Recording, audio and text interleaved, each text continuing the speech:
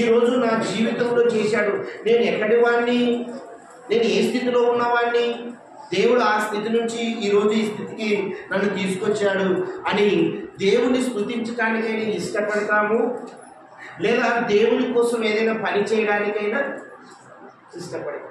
దేవుని కోసం ఏదైనా చేయడానికి ఎప్పుడు ఇష్టపడతామంటే, గతంలో నా పరిస్థితి ఎలా ఉండే, ఇప్పుడు నా పరిస్థితి ఎంత కుదురుగా ఉంది, ఎంత బాగుంది, ఇదంతా కూడా దేవుడు గొప్ప మేలు నాకు చేశాడు. ఇప్పుడు దేవుని కోసం నేను కూడా ఏదో ఒకటి చెయ్యాలన్న ఆలోచన మనిషికి వస్తుంది అనమాట. ఎప్పుడు గతాన్ని గుర్తించినప్పుడు, గతాన్ని మనం గుర్తు చేసుకున్నప్పుడు, ఇప్పుడున్న పరిస్థితిని చూసినప్పుడు మనం దేవుని కోసం ఏదైనా చేయడానికి ఇష్టపడతాం. దావీదు కూడా అదే ఆలోచన చేశాడు. గతంలో నేను ఎక్కడ వాడిని చూడండి, 70 కీర్తనాలు 78, 70 వచ్చిన దావీదు ఎక్కడ వాడో చెప్తున్నాడు. అక్కడ తన దాసుడైన దావీదును కోరుకొని గొర్రెల దొడ్డిలో నుండి ఎక్కడి నుంచి పిలిచాడంటే ఆయనని? గొర్రెల దొడ్డిలో నుండి, అంటే గొర్రెలను మేపుకుంటున్నటువంటి ఆయనను పిలిపించాడన్నమాట. పాడు గొర్రెలను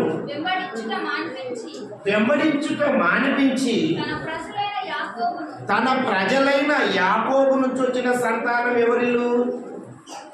ఎవరమ్మా? ఇశ్రాయేలీ. చెప్పండి గట్టిగా, వీళ్ళెవరు? ఇశ్రాయేలీ. తన వంశం యాకోబు నుంచి వచ్చిన సంతానముని ఇశ్రాయేలీలను, వాళ్ళు ఎవరో తెలుసా? దేవుని యొక్క స్వాస్థ్యము, దేవుని ప్రజలు ఇశ్రాయేలీ. తన స్వాస్థ్యమైన ఇశ్రాయేలీలను మేపుటకై ఆయన అతనిని ఎవరు? దావీదును రప్పించాడు.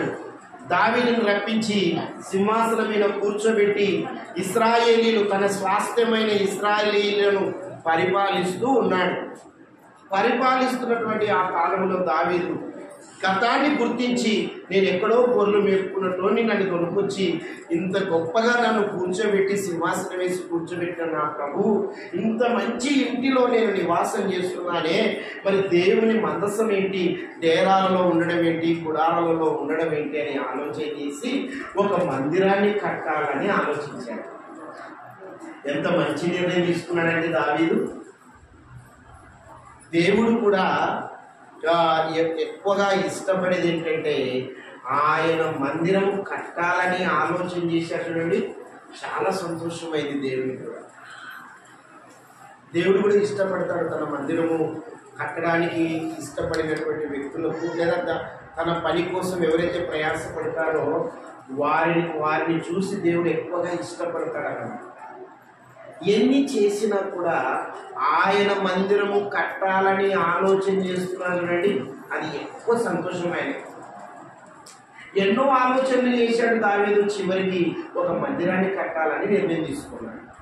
వెంటనే ఆలోచన వచ్చిన వెంటనే రాజుల కాలంలో రాజు తరపున ఒక ప్రవక్తలు ఉండేవారు అన్నమాట. ప్రవక్తల ద్వారానే దేవుడు మాట్లాడితే ఆ మాటలు రాజు చెప్తే రాజు ఇశ్రాయేలీలను పరిపాలిస్తున్నటువంటి పద్ధతి అది. ప్రతి రాజు కాలంలో ఎవరుంటారు? ప్రవక్తలు ఉంటారు. ప్రవక్త అంటే దేవుని తరపున మాట్లాడే వ్యక్తిని ప్రవక్త అంటారు. ఆ రోజు రాజు కాలంలో నాతాన్ అనే ప్రవక్త ఉన్నాడు. ఎవరున్నారు?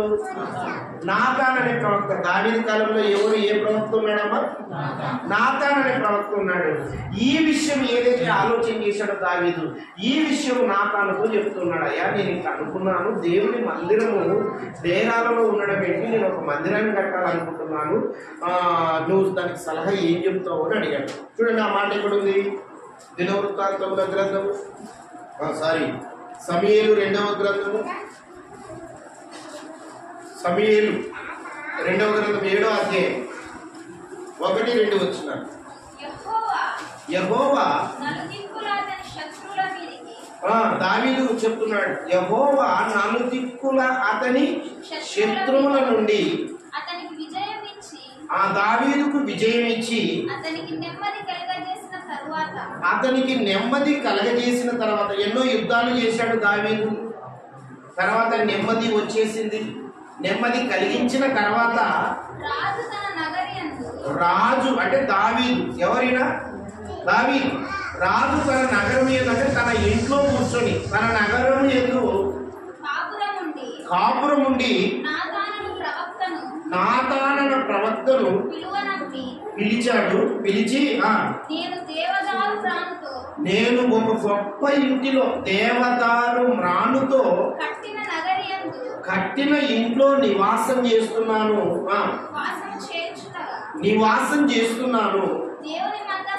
దేవుని మందసము ఎక్కడున్నది? డేరాలలో నిలిచి ఉన్నది. నాతాను యెహోవా నీకు తోడుగా ఉన్నాడు, నీవు తోచినదంతయు. ఇదిగో దేవుని మందసము డేరాలలో ఉంది కనుక నేను ఒక మందిరాన్ని కట్టాలని